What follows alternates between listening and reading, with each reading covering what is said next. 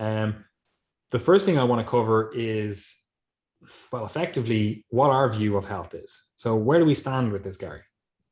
Yeah. So before we get to our definition, what I want to mention quickly is the fact that health doesn't have to be number one.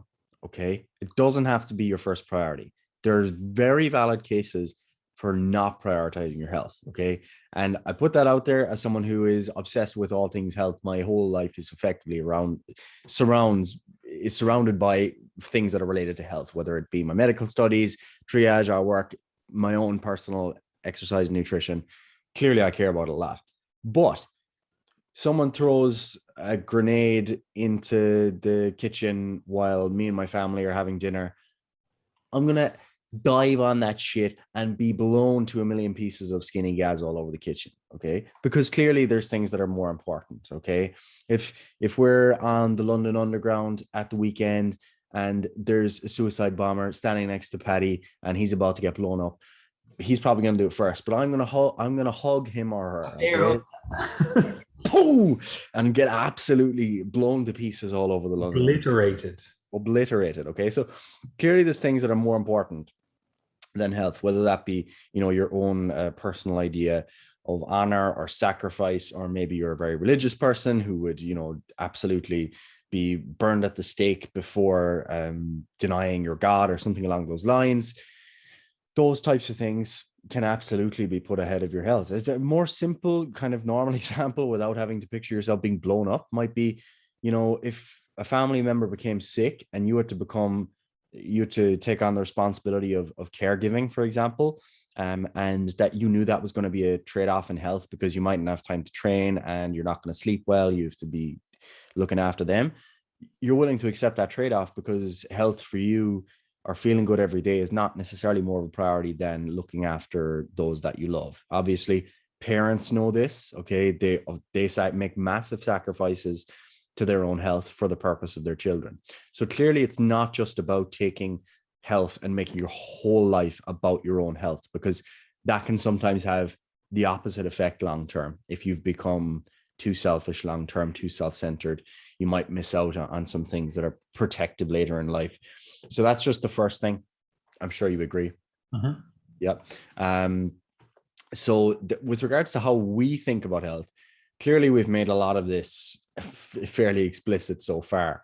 But I'm just looking for your little definition that you wrote out here, Paddy. Oh yeah, how we view health. So this is effectively a very simple way that you can see is influenced by the previous definitions, but health is resilience to and against insults to your life and well-being.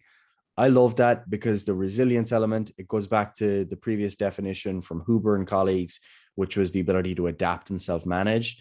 And the resilience to and against insults to your life and well-being, those insults potentially being psychological, potentially being your lipid profile or your blood pressure, etc. It's that you're resilient to and against those insults. So resilience doesn't necessarily, like, resilience sometimes has the connotation of just grinning and bearing it, and just being tough and not dealing with it.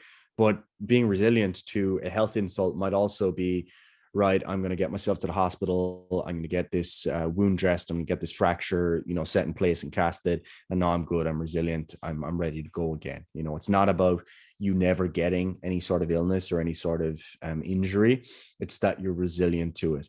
And I think that the important thing there long term is that if you've developed, I guess, what you might call a reserve of resilience through physical activity, strength training, good nutrition over the years, then you've got that capacity that if you do get, let's say, a chest infection and you're hospitalized for 2 weeks and you're bedbound, you come out of that better off than someone else who hadn't trained and eaten like you did for all those years, because you've effectively got that reserve. Okay. If you lose 10% of your muscle mass, it's not a big of a hit. So you're resilient to that insult because of those healthy practices over all of those years, There's many other examples, I'm sure, that you could think of. For example, that fact that, let's say, it doesn't even have to be muscle mass specific, because one of the things that you do see as well is that as people get quite old, like in their 80s, for example, like being frail is probably more of a problem than being obese. Okay. It's not always the case, but if you go to the hospital and you've actually got some spare body fat, that actually gives you resilience to losing body weight rather than becoming severely malnourished. So again, that's an example of how one might be resilient and how your idea of health might actually need to vary across the lifespan as well. You know, I think that that's something that the lay person often identifies. You know, my parents will often say, you know, he doesn't look well for a man of his age. Like the classic one is like a man in his 50s or 60s. My parents will make a judgment at this, like my mom in particular.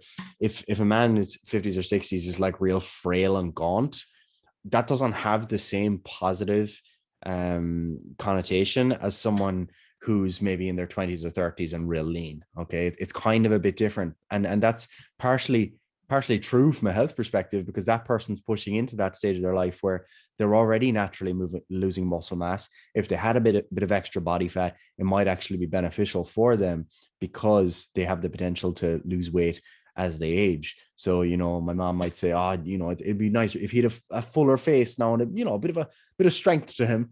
You know, she mightn't necessarily know what exactly she means in terms of like the health statistics and stuff, but there's truth there. And that's why we don't want people getting too frail when they get older. So yeah, that gives you resilience. I'm sure there's other examples. Yeah, like with resilience, I always think of it as well. And this is why I chose those words carefully for this. I always think of it in terms of, first of all, there's an inherent building quality to resilience, you know, like you're resilient to future insults, you know, it's like what you're accomplishing now is helping you build towards being more resilient in the future. So I really like the word resilience, but obviously, again, like words shift over time and, you know, people have different, you know, contexts for the word, right? But I also feel with the word resilient and the way we phrase it there in terms of resilient to and against insults to your life and well-being, like this could be, again, like as you said, physical, psychological, social, whatever. But if you had someone that approached a problem with a resilient mindset, in my mind at least, that means they're approaching that with, first of all, a level head, but also a lack of fear. And I don't mean just like a complete lack of fear, no regard for their own health or their own safety or whatever. But what I mean is like they are coming to this going, okay, well, whatever happens, I will deal with it. You know, I'm resilient to what's happening. For example, like you've seen this all the time with the last 2 years of COVID, people will be extremely scared of COVID and other people will be extremely scared of the vaccine, you know, whereas a resilient person would be like, I'm not necessarily scared of COVID because I, you know, exercise, I eat well, I'm young, fit, etc. And I'm not necessarily scared of the vaccine because, you know, I don't think big pharma is going to inject me with a whatever, right? Or, you know, I don't think the vaccine is going to kill me. Like I got COVID and I got the vaccine and neither were an issue, right? So I'm coming from the context of having both. So, you know what I mean? So it's like, that's a resilient person. Now, the thing about the resilience is it is an attitude as much as it is an actual expression. And what I mean by that is, look, you could get COVID using that same analogy that I was just using, and you could get COVID and have a fucking awful time of it, you know, like it's killed people, right? You could also get the vaccine and have a vaccine injury, you know, like I know a guy who got a stroke directly after the vaccine, you know, so it's like these things happen, right? Yep. But the guy coming into that with the resilient mindset goes, okay, I'm going to deal with this, whatever comes my way, and then I'm going to build for the future off of that, right? So I really like, again, the word resilience, and I think it fits in nicely with that overall the definition in terms of health is resilience to and against insults to your life and well-being. And again, with that kind of insults to your life and well-being, this is important to understand. And we're going to finish the podcast here just talking about some of the determinants of health, but this is also relevant to future discussions when we talk about you know, the different things that kill people, right? Because people have a very hard time understanding that this is more important to focus on because maybe it doesn't kill them straight away, but also that means that some things do kill you straight away.